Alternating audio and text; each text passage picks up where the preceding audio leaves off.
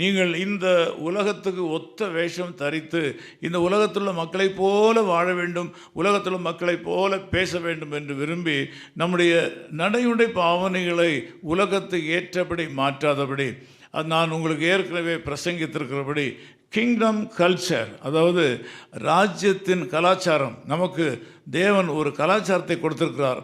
அந்த கலாச்சாரத்திலே தான் நாம் இருக்க வேண்டுமே தவிர, நாம் இந்த உலக மக்களைப் போல வாழும்போது நமக்கு ஒருவேளை ஒரு ப்ரமோஷன் சீக்கிரமாக கிடைக்கலாம், அல்லது ஒரு உதவி கிடைக்கலாம், அல்லது வேறு ஒரு பெரிய வேலை கிடைக்கலாம், அல்லது பொருளாதாரம் கிடைக்கலாம். இப்படிப்பட்ட ஏதாகிலும் நமக்கு கிடைக்கும் என்கிற நம்பிக்கையினாலே நாம் மற்றவர்களை புண்படுத்த வேண்டாம் என்றோ அல்லது மற்றவர்களை பிரியப்படுத்த வேண்டும் என்றோ உலகத்துக்கு ஒத்த வேஷம் தரிக்கும் போது நம் தேவனுடைய பாதுகாப்பை இழந்து போவோம்.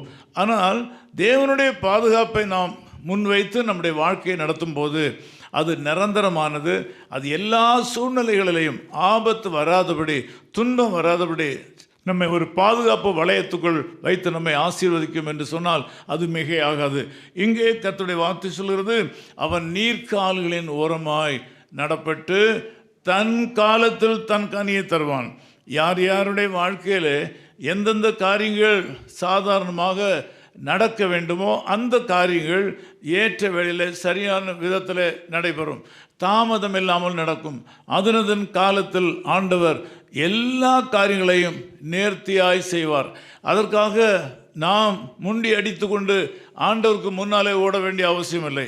ஆண்டவருக்கு பின்னாலே நின்று ஆண்டவரோட இசைந்த வாழ்க்கை வாழும்போது நம்முடைய வாழ்க்கையில் நடக்க வேண்டிய காரியங்கள், அந்தந்த காரியங்கள் அதனதன் காலத்தில் அவருடைய மகாபெரிய சித்தத்தின்படி ஒழுங்கு கிரமமாக நடக்கும்.